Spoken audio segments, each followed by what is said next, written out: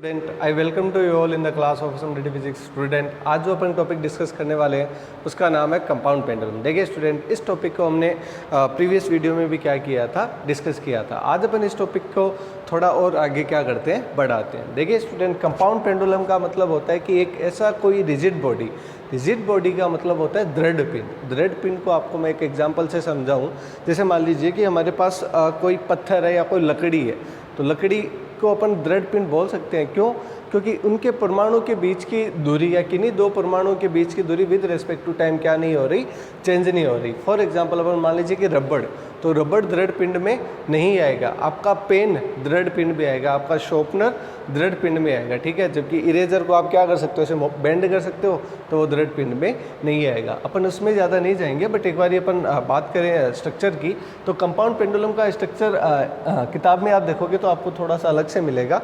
यहाँ पे मैंने अलग से बनाया, मतलब एक जैसे मान लीजिए कि लोहे की स्टिक को आपने कोई हैंगर पे लटका दिया और फिर क्या कर रहे हो, आप रोटेट कर रहे हो, तो वो जो स्ट्रक्चर बनेगी वो क्या बन जाएगी, कंपाउंड पेंडुलम की स्ट्रक्चर बन जाएगी। मतलब परिभाषा में बोलें तो एक ऐसी दृढ़ वस्तु जो अपने किसी आधार से या अपने किसी एक्सिस से इस ऊर्ध्वाधर तल में क्या कर सकती हो, दोलन कर सकती हो, तो क्या कहलाती है, कंपाउंड पेंडुलम कहलाती है। ठीक है, ये सारी बातें हम प्रीवियस वीडियो में डिस्कस कर चुके हैं, तो इस पे अपन ज़्यादा नहीं जाएंगे। पर अपन थोड़ी सी बात करें कि इसको यदि अपन दोलन के लिए हल्का सा क्या करें, डिस्प्लेस करें, तो डिस्प्लेस करें तो यहाँ पे ये क्या कहाँ पे आ जाएगी, यहाँ पे आ जाएगी स्टूडेंट। ठीक है, ये जो हमारी छड़ है यहाँ पे आ जाएगी। पहले मैं आपको ये बता दूँ, एस तो क्या है, वह एक्सिस है जिसके अराउंड ये क्या करेगी, असचम करेगी या ऑक्जिलेट करेगी। ठीक है, जी क्या है यहाँ पे, सेंटर ऑफ ग्रेविटी, या मैं बोल दूँ centre of mass, centre of mass,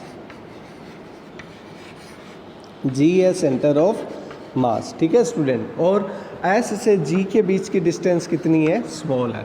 S से जी के बीच की जो डिस्टेंस है वो स्टूडेंट स्मॉल है। ठीक है, अब जैसे ही हमने इसको थोड़ा सा क्या किया, डिस्प्लेस किया, तो यहाँ पे जो एंगल फॉर्म हुआ वो हुआ स्टूडेंट थीटा। कितना हुआ, थीटा। ठीक है, अब आप जानते हो कि जैसे ही छड़ को आप यहाँ पे लाके छोड़ोगे तो ये क्या करेगी, दोलन करेगी। दोलन करेगी इसका मतलब ये वापस पीछे की तरफ आएगी। पीछे की तरफ आने का मतलब इसमें एक क्या काम कर रहा है, रीस्टोरिंग फोर्स काम कर रहा है। ठीक है, और ये जो रीस्टोरिंग फोर्स होगा स्टूडेंट, ये क्या कहलाएगा, ये कहलाएगा यहाँ पे टो। क्या कहलाएगा, टो। ठीक है, अपन जानते हैं कि रिस्टोरिंग फोर्स के लिए अपन कौन सा साइन यूज़ करते हैं, माइनस। माइनस क्यों करते हैं, क्योंकि वह रिस्टोर करता है। जैसे मान लीजिए कि आप आगे की तरफ जा रहे हो तो आपको पीछे खींचेगा। एग्जाम्पल, जैसे स्प्रिंग है, आप दबाओगे तो बाहर की तरफ आएगा और बाहर की तरफ आओगे तो दबाव महसूस होगा, मतलब बल के विपरीत दिशा में ये लगेगा। ठीक है, तो जैसे मान लीजिए कि हमने ऐसे फोर्स लगाया इसको डिस्प्लेस करने के लिए, तो रिस्टोरिंग फोर्स किस तरफ लगेगा, इस दिशा में लगेगा। ठीक है स्टूडेंट, अब देखिए जैसे ही आपने इसको डिस्प्लेस किया तो ये जी पॉइंट क्या हो गया, चेंज हो गया और कहाँ पे आ गया, जी डैश पे आ गया। ठीक है, अब एक बात बताओ स्टूडेंट, जी डैश पे भले ही आ जाए पर जी डैश और एस के बीच की दूरी कितनी रहेगी, स्मॉल है, ये कभी नहीं बदलेगी। ठीक है, तो स्टूडेंट अपन वापस बात करें बल आघूर्ण की, तो बल कितना लगेगा, बल लगेगा स्टूडेंट यहाँ पे ग्रेविटेशनल किस तरफ लगेगा, जस्ट परपेंडिकुलर नीचे की तरफ। ठीक है, तो बल तो मिल गया अपन को। अब टो क्या होता है, बल गुणा बीच की लंबवत दूरी, तो बल कितना मिल गया आपको, mg, और बीच की लंबवत दूरी मतलब जस्ट परपेंडिकुलर डिस्टेंस। तो कैसे निकालेंगे, ये होगी कौन सी, परपेंडिकुलर डिस्टेंस। कैसे निकालेंगे, ये l थीटा, तो इस तरफ वाला तो आ जाएगा l कोस थीटा और ऊपर वाला क्या आ जाएगा, l साइन थीटा। तो ये जो बीच की दूरी आएगी स्टूडेंट, ये कितनी आ जाएगी हमारे पास, l साइन थीटा। ठीक है स्टूडेंट, तो अपन को मिल गया टो। तो टो की वैल्यू कितनी आ गई, ये आ गई minus M G L sine theta. अब देखिए स्टूडेंट, हम यदि ये बोलें कि ये जो हमने डिस्प्लेस की है वो बहुत छोटा सा किया है, मतलब जो थीटा का एंगल है वो बहुत स्लाइड छोटा सा एंगल है, तो छोटे से एंगल के लिए साइन थीटा बराबर क्या हो जाएगा, theta. Sine theta equals to लगभग क्या आ जाता है, थीटा, जब एंगल क्या हो, बहुत छोटा हो। ठीक है, तो यहाँ पे टो कितना बन जाएगा, टो बन जाएगा माइनस एम जी एल और मल्टीप्लाई किससे आ जाएगा स्टूडेंट, थीटा से। मल्टीप्लाई किससे हो जाएगा, थीटा से। अब स्टूडेंट अपन जानते हैं टो इक्वल्स टू होता है आई अल्फा।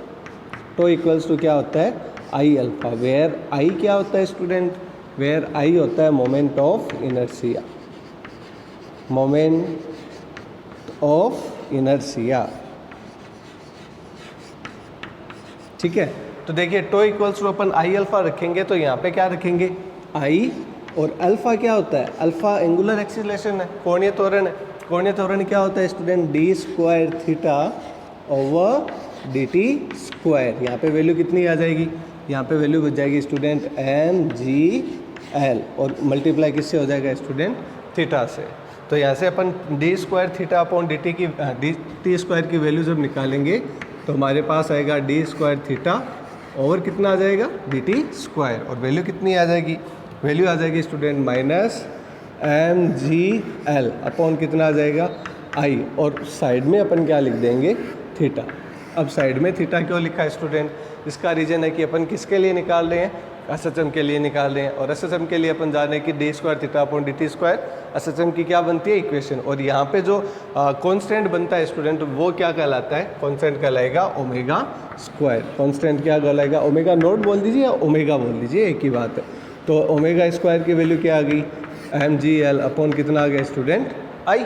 तो यहाँ पे जब ये वैल्यू पुट करेंगे तो हमारे पास जो वैल्यू बनेगी स्टूडेंट वो कौन सी होगी, वो something like that D square theta over D T square equals to कितना आ जाएगा minus omega naught square theta.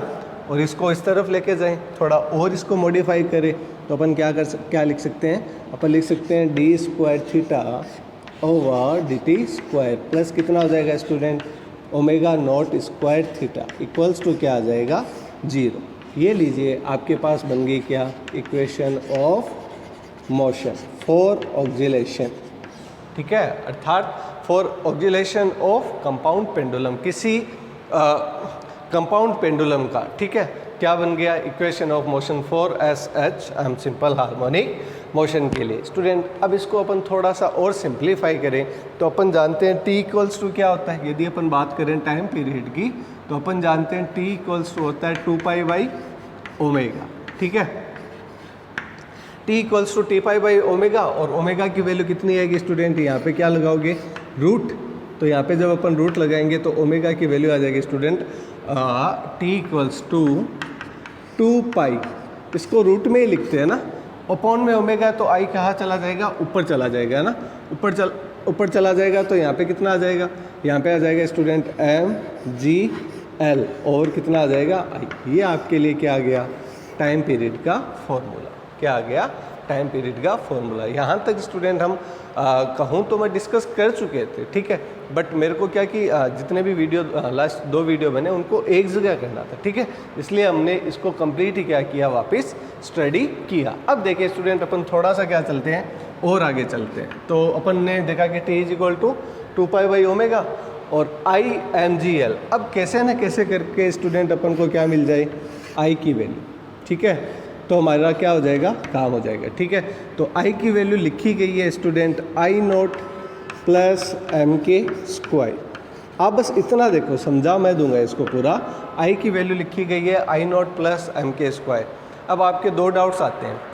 पहला डाउट्स ये आता है कि आई नोट क्या है, और दूसरा डाउट ये आता है कि एम के स्क्वायर क्या है। ठीक है, तो स्टूडेंट आई नोट तो है, देखिए अबाउट रोटेशन आई नोट क्या है कि इसका रोटेशन किसके सापेक्ष हो रहा है, एस बिंदु के सापेक्ष।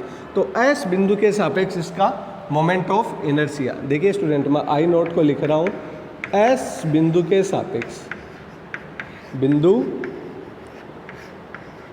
के सापेक्ष। ये बहुत ज़रूरी चीज़ है स्टूडेंट, पता चलना चाहिए कि हमने जो आई नोट लिखा है वो किसके रेस्पेक्ट में है।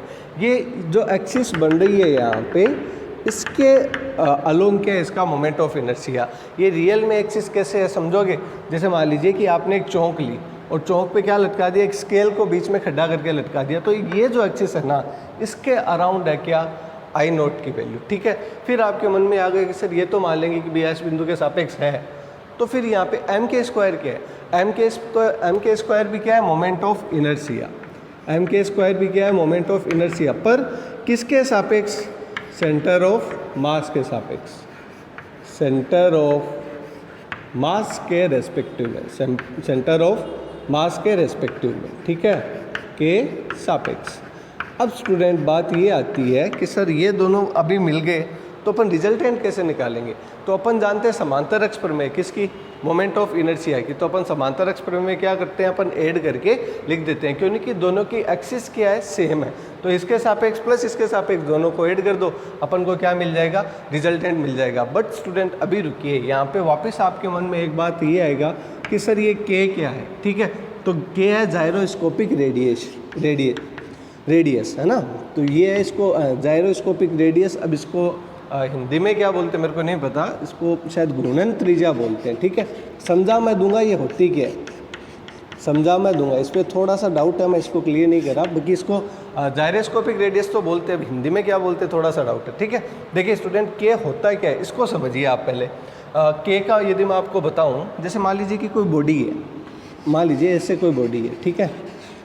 अब यहाँ पे इसका मास है m1, m2, m3, m4 and so on, बहुत सारे क्या हो गए, पॉइंट ऑफ मासेस हो गए, ठीक है। अब मैं बोलूँ कि इसका सेंटर ऑफ मास मेरे पास कहाँ पे आया, यहाँ पे, ठीक है। तो सेंटर ऑफ मास की उसकी एक्सिस के अलोंग जो डिस्टेंस है वो क्या कहलाती है, जायरोस्कोपिक रेडियस। वापस समझा रहा हूँ स्टूडेंट, सेंटर ऑफ मास की जिस एक्सिस के अलोंग रोटेशन होना है या जिस एक्सिस के अलोंग रोटेशन कर रही है बॉडी, उससे डिस्टेंस क्या कहलाती है, जायरोस्कोपिक रेडियस कहलाती है। तो आपको के की वैल्यू समझ में आई, के क्या है, यहाँ पर रेडियस है, के क्या है, रेडियस है। तो इन सब बातों को यहाँ पे इम्प्लाई करें तो हमारे पास आई की वैल्यू क्या आ गई स्टूडेंट, ये।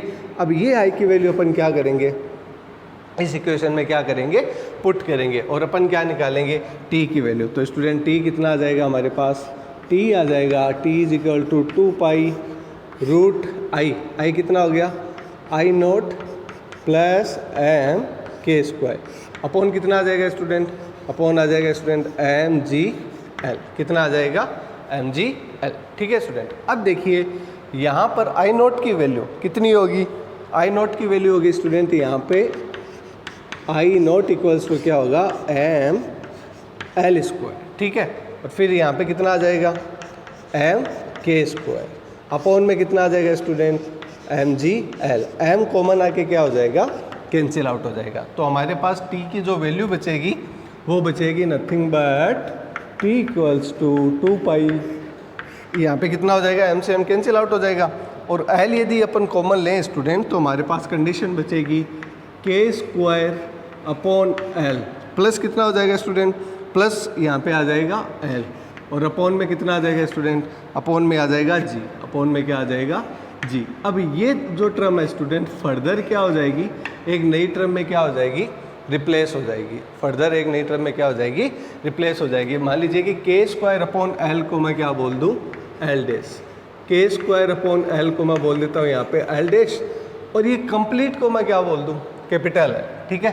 कंप्लीट को मैं क्या बोल दूँ, कैपिटल एल, कंप्लीट मतलब के स्क्वायर एल प्लस एल। तो हमारा टी का फॉर्मूला कैसे डिवाइड हो जाएगा, टी का फॉर्मूला बन जाएगा student T equals to 2 pi under root capital L upon कितना आ जाएगा G, capital L upon G. ये क्या बन गया, टाइम पीरियड के लिए फॉर्मूला।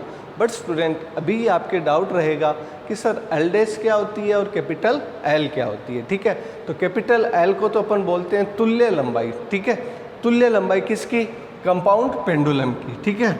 जो कैपिटल एल है उसको मैं बोलता हूँ तुल्य लंबाई, तुल्य लंबाई। क्यों, क्योंकि यहाँ पे जो अपन स्मॉल एल ले रहे हैं ना वो सेंटर ऑफ मास से लेंथ देख रहे हैं, स्मॉल एल जो देख रहे हैं वो सेंटर ऑफ मास से देख रहे हैं, लेकिन कैपिटल एल जो आपने पेंडुलम ले रखा है उसकी जो लेंथ है, प्रभावी लंबाई या तुल्य लंबाई है, वो क्या है, कैपिटल एल है, ठीक है। अब आपके मन में वापस डाउट आएगा कि सर यहाँ पे एल डैश क्या है, यहाँ पर एल डैश क्या है। तो एल डैश को मैं आपको एक डायग्राम से समझाऊंगा स्टूडेंट। देखिए यदि अपन बात करें एल डैश की तो यहाँ पे देख लेते हैं, आइए। एल डैश का मतलब होता है स्टूडेंट, जैसे मान लीजिए कि आपने एक कंपाउंड पेंडुलम बनाया ऐसे, ठीक है। तो ये तो क्या हो गया, उसका रोटेशन ऑफ पॉइंट का रोटेशन की जिसके सापेक्ष क्या करेगी, रोटेट करेगी एस।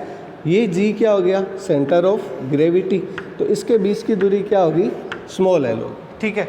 अब स्टूडेंट यदि आप क्या करो कि मान लीजिए कि यहाँ पे कोई एक पॉइंट बनाओ, ओ पॉइंट। इसके सापेक्ष आपको क्या देखना है, गुणन देखना है, क्योंकि स्टूडेंट आप ध्यान से देखोगे तो जो ऑक्जिलेशन होते हैं, दोलन होते हैं ना, वो किस पॉइंट के सापेक्ष हो रहे हैं, इस पॉइंट के सापेक्ष हो रहे हैं। ठीक है, इसका मतलब k² कौन सी वैल्यू बन गई, वह वैल्यू जिसके सापेक्ष क्या कर रही है, कोई भी बॉडी ऑक्जिलेट कर रही है। देखो यहाँ से तो वो बंद गई, ध्यान से समझना, यहाँ से तो वो कील में आ गई। ठीक है, फिर जो ऑक्जिलेशन होगा वो किस पॉइंट के अराउंड होगा, इस पॉइंट के अराउंड होगा। तो जी से उस पॉइंट की जो डिस्टेंस है वो क्या कहलाती है, एल डैश कहलाती है। तो आपको समझ में आया होगा k²/L क्या होती है, एल डैश। अब एल डैश क्या होती है, जी से पॉइंट ऑफ ऑक्जिलेशन की डिस्टेंस। ठीक है, मैं आपको ऑपरेटर्स लाया नहीं, वरना मैं आपको दिखाता, मैं आपको इसको एक एग्जांपल से समझा सकता हूँ स्टूडेंट। जैसे मान लीजिए कि आपके पास ये कंपाउंड पेंडुलम है। ठीक है,